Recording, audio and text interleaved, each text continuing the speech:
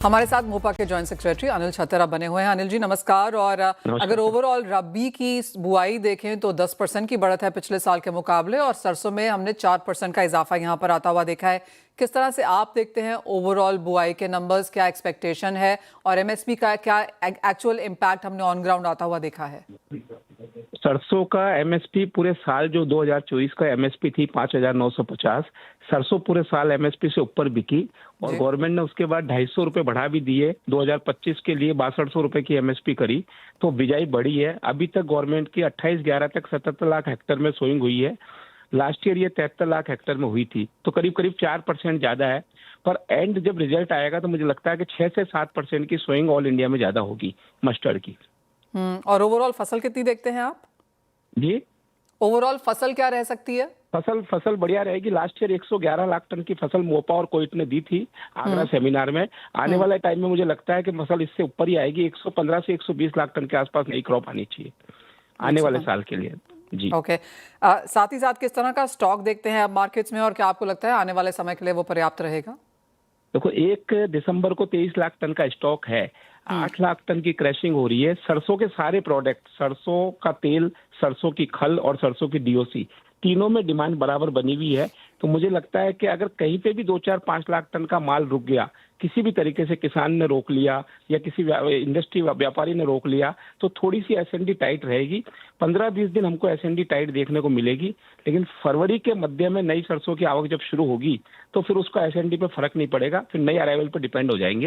लेकिन अभी तो एसएनडी टाइट है, मस्टर्ड की एसएनडी टाइट है सब।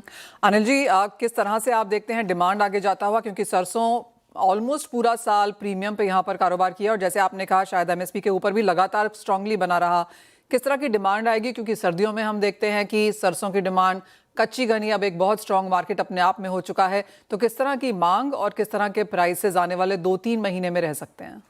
3.5-4 लाख टन महीने की खपत पक्की है। सरसों तेल की 3.5 से 4 लाख टन की खपत होती है और सर्दियों में बढ़ के 5-7% ये बढ़ जाती है, डिमांड निकल जाती है।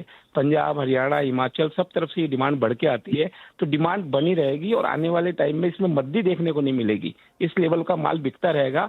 सप्लाई की चेन जो है वो 3 ही जगह से है, फार्मर से है, स्टॉकिस्ट से है और गवर्नमेंट से है। अब वो कहाँ रुकावट हो तो थोड़ी इसमें तेजी देखने को मिले, बाकी मद्दी इसमें बिल्कुल भी नहीं है। कुल मिला के डिमांड का टाइम है आगे जाके। और किस तरह का प्रीमियम बाकी तेलों पे फिलहाल है?